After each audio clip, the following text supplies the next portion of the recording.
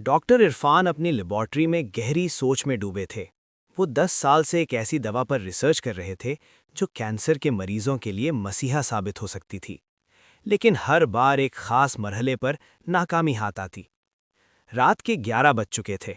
अचानक उसकी नज़र एक पुराने जर्नल पर पड़ी जो शेल्फ के कोने पर था। उसने बेदिली से पेजेस पलटे तो उसकी नज़र एक मुख्तसर सी रिसर्च पर पड़ी जो 50 साल पहले एक गुमनाम साइंटिस्ट ने शाया की थी। रिसर्च में एक गैर मामूली केमिकल कंपाउंड का जिक्र था जो पौधों की एक नायाब किस्म से हासिल होता था। डॉक्टर इरफान की आंखें चमक उठीं। शायद यही वो मिसिंग लिंक था जिसकी उसे तलाश थी। लेकिन मसला ये था कि वो पौधा अब नायाब हो चुका था। कैटलॉग में इसका जिक्र था कि वो सिर्फ नॉर्दर्न इलाकों के एक मखसूस गांव ढंकपुर में पाया जाता था। बेचैन डॉक्टर इरफान ने फौरी तौर पर अपनी टीम तैयार की और अगले सुबह ढंकपुर के लिए रवाना हो गए। 2 दिन की मुश्किल सफर के बाद जब वो गांव पहुंचने तो उन्हें मालूम हुआ कि वो पौधा अब वहां भी नायाब हो चुका है। मायूसी के इस लम्हे में एक बूढ़ी खातून अम्मा जान ने उन्हें अपने घर बुलाया। मेरे शौहर भी साइंटिस्ट थे, उन्होंने बताया।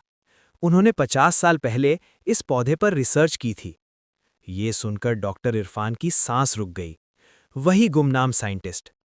अम्मा जान ने एक पुरानी डायरी निकाली। उन्होंने इस पौधे के बीज महफूज कर रखे थे। डॉक्टर इरफान की आंखों में उम्मीद की किरण लौट आई। उन्होंने फौरी तौर पर वो बीज लेबॉरेटरी ले जाकर उगाने शुरू किए। महीने भर की मेहनत के बाद जब पौधा तैयार हुआ और उससे मतलूबा केमिकल हासिल किया गया तो वो मोजिज़ा हो गया जो वो 10 साल से तलाश कर रहे थे। आजमाइशों में ये दवा कैंसर के खिलाफ हैरत अंगेज तौर पर मौसर साबित हुई। जब डॉक्टर इरफान ने अपनी कामयाबी का ऐलान किया तो पूरी दुनिया में खुशी की लहर दौड़ गई।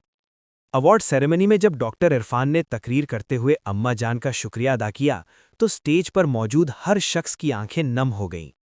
इस कहानी का सबसे खूबसूरत पहलू ये था कि एक साइंटिस्ट की 50 साल पुरानी रिसर्च, उसकी बेवा के इखलास और एक नए साइंटिस्ट के अज़्म ने मिलकर लाखों जिंदगियां बचाने का रास्ता खोल दिया। ये थी इल्म की मुसलसल रिवायत जो एक नस्ल से दूसरी नस्ल तक मुंतकिल होती है और इंसानियत की खिदमत करती है।